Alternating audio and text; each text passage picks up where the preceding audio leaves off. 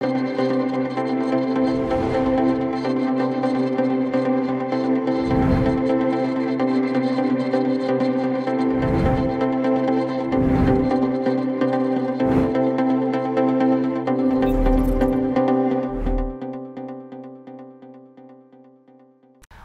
to EyE on You. As the flagship for Hong Kong's information and communication technology industry, Cyberport has over the years been implementing its public mission programs through the provision of financial and professional supports to nurture startups, to inspire and motivate young people to pursue a career in the innovation and technology industry, and also create business opportunities. Over the years, Cyberport has launched a number of funding schemes to offer appropriate support to startups at different stages of development. A number of companies within the Cyberport community have also attained excellent accomplishments in recent years. Yes, Cyberport has been focusing on promoting three major clusters, namely fintech, digital entertainment, and esports, as well as smart living. In terms of technology, Cyberport has also in recent years actively promoted the advancement and application of AI and big data, blockchain, and cybersecurity to lay the foundation for future technology applications. Today, we are very happy to invite Mr. Peter Yan, CEO of the Hong Kong Cyberport Management Co Limited, to our show and let us know more about Cyberport, what Cyberport will provide to startup companies on fostering industry development, enterprise transformation, and talent cultivation to realize Cyberport's vision to create new impetus for Hong Kong's new economy through digital technology. Hello, Peter. Welcome to our show today. Thank you. Thank you for inviting me. Yeah, nice meeting you too. Yes. So as the CEO of the Hong Kong Cyberport Management Co Limited, you have been leading Cyberport to fulfill its public mission of giving the new impetus to Hong Kong's economy through the digital technology. So what you have been specifically trying to do so? Right, yeah. At Cyberport, I think we are very fortunate to have a wide community of entrepreneurs working in the tech areas.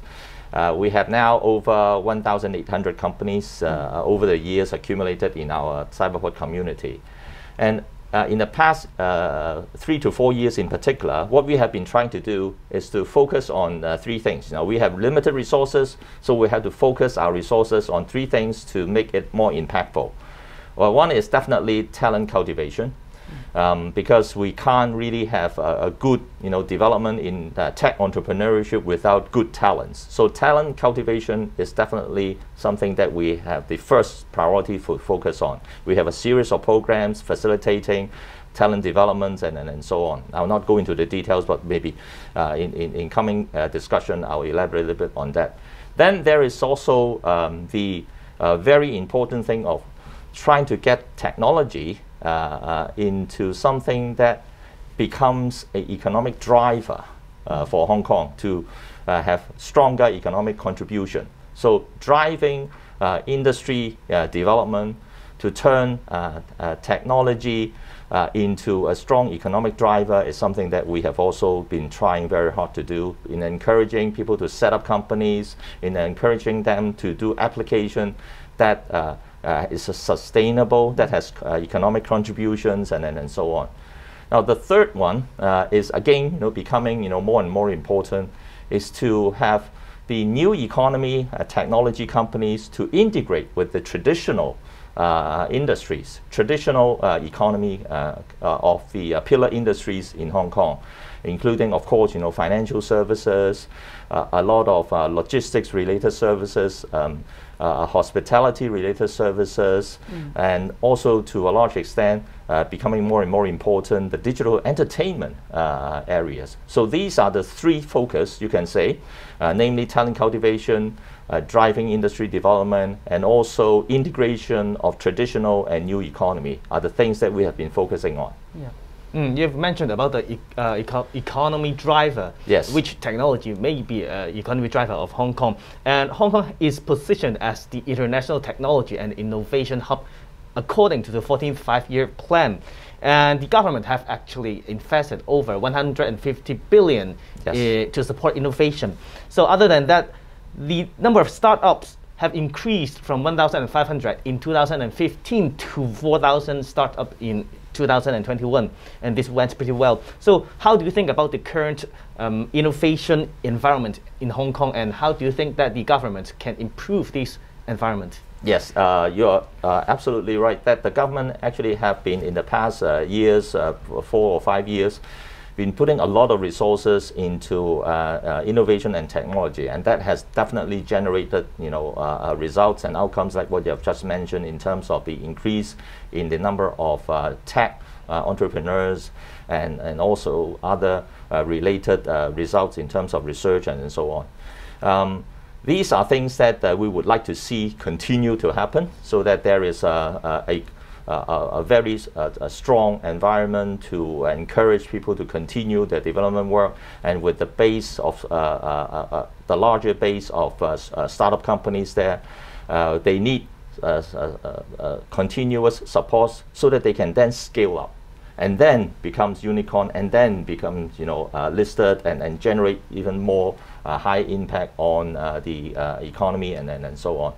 So just now you have said about how does those financial services or fintech companies, how do they generate their move from their ideas to the application, yes, and make it to real things, and how does Cyberport help them, and what services do you offers for these small companies or these new companies in order to turn their ideas into applications?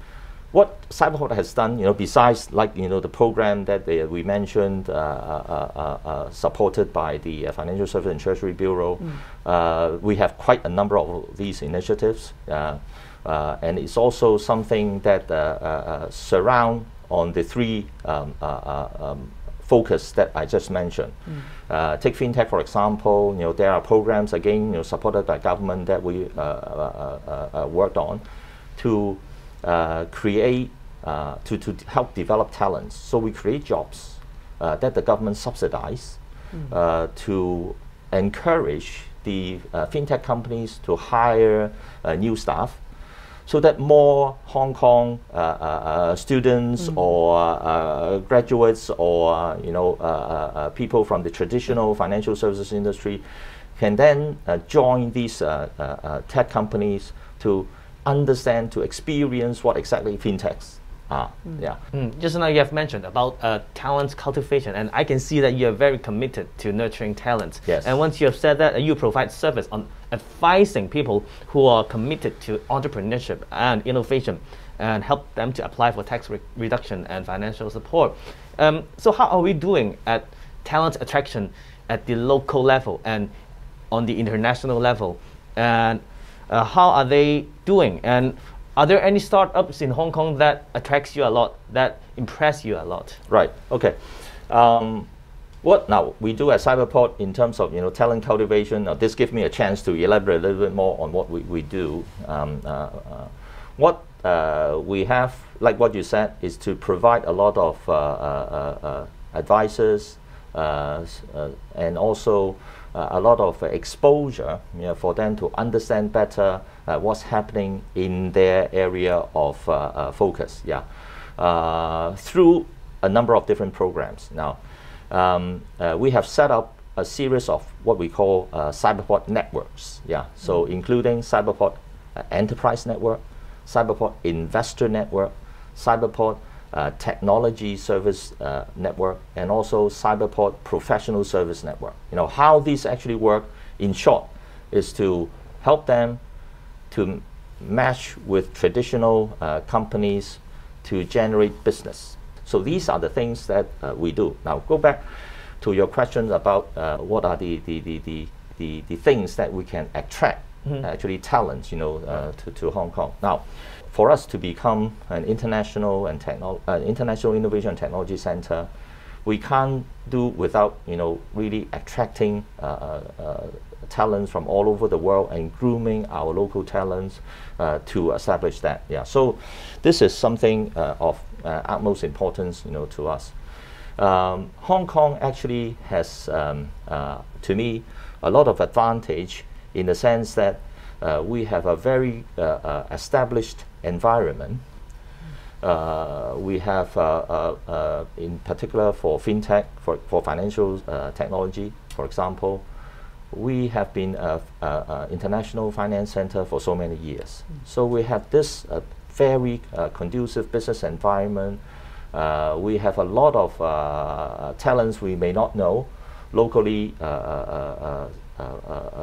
developed, locally groomed, that are very aware of financial concepts, financial services, and so on. Now, we living in Hong Kong may not realize that, yeah, because on a day-to-day basis we are, you know, exposed to these things. Now, if you go to other cities, you may not find that many people who are very knowledgeable about stock trading, about, you know, what exactly different financial products are, and so on. But in Hong Kong, these are in a way general knowledge, yeah, for a lot of people. So this actually is a reflection of the environment advantage that we have. And not to mention also that we have quite a lot of established companies, you know, in Hong Kong that are internationally renowned, that they will have a lot of best practice experience, that in working with them, we can then learn, you know, or adopt a lot of these experience and probably do it better to extend our service to other parts of the world. All these things are something that we already have. We just have to, you know, leverage on more and to make the best use of it. But what fundamentally I think is the key factor in attracting talent is opportunity. There are people may say that, you know, Hong Kong is very expensive. There are a lot of things that people may find difficult to settle in Hong Kong, difficult to find, you know, good schools, difficult to find a good place to live, not spacious enough, blah, blah, so on. Now, this is the same with a lot of metropolitan cities. If you go to New York, if you go to, you know, London or California, San Jose or San Francisco, and so on, you know, they have the same issue. They have the same problem. You know, it's very expensive living there too, and difficult to find, you know, a lot of other living, you know, good living conditions, spacious conditions, and so on. But why would people still, you know, go there? Because there are opportunities. So to me, I think the key thing is really to go back to some of the points that I made earlier, is to develop opportunities, to have an environment that people can also have economic contribution. So as a result, you know, they can make money. There are more opportunities for them to set up business, to expose to or expand to a bigger market. Hong Kong itself cannot, you know, sustain this. We have been very successful in past many years and will continue to be, I think, with the backing of the central government's policies and so on. We have the Greater Bay Area, huge market that a lot of people would like to come and develop further. And this is a strong attraction for overseas talents. We are also in a very, you know, advantageous position in Asia. We have very good, you know, relations with many Asian cities, Asian countries for a long period of time. So all these are things that can facilitate us in expanding to let these talents based in Hong Kong and develop business all over this region, and in particular GBA and the mainland market. But how do we, you know, facilitate that? To me, the key is really to encourage the digital economy development with more resources put into, actually, like what I said earlier, turning some of the R&D into applications, and then encourage adoption, not just the local adoption. We may start with the local adoption so that they have a good reference, good branding, to then expand to GBA, to then expand to South Asia, other Asia countries, and so on. Yeah. I think that is a very comprehensive answers for how do we nurturing and how do we attract talents to Hong Kong and attract Hong Kong's to be the pool for the talents for the GBA. But do you think that the epidemic will help to develop startups in Hong Kong? That's a good question. People's often think that the epidemic or the pandemic is really sort of a curse, to Hong Kong or to the world as a whole. But then this also, I think, has a silver lining to this situation, because it actually makes certain things happen faster, and in particular for the innovation and technology sector. Specifically, I think we are now all used to working from home, studying from home, and so on, and making that possible is a technology platform that allows us to have distance exchanges, remote exchanges, and so on. So this is one of the very I think vivid example of us speeding up or accelerating the adoption of technology, because the need arises. The working from remote working and remote learning needs arise. So just now we talked about the Greater Bay areas, right? How do we nurture talents, and how do we attract talents to Hong Kong as the pool for the talents in the Greater Bay area? Yes. So what is the future plans for for the cooperation with other GBA cities in the future? Right. Now, in the past, actually, we have already started with the cooperation with the major mainland cities, even before there is this GBA, the development plans, and so on. Now, there is a program that we have established for 10 years now, which we have now turned into what we call the GBA Young Entrepreneurial Program. So GBA YEP. Yeah. It was first established about 10 years ago as a Hong Kong Shenzhen cooperation. So what we do is to provide a $100,000 incentive for Hong Kong students, undergraduates, to work with the university undergraduates in Shenzhen to form teams, so that they then can compete to present their entrepreneurship ideas and so on. So the winner will get the 100,000 Hong Kong dollar to try to start their own business. So that's something that we have done. Mr. Peter Yan, we hope that we can see you again on our show soon. Thank you for inviting me here. Thank you. Thank you Thank you, very Peter. much.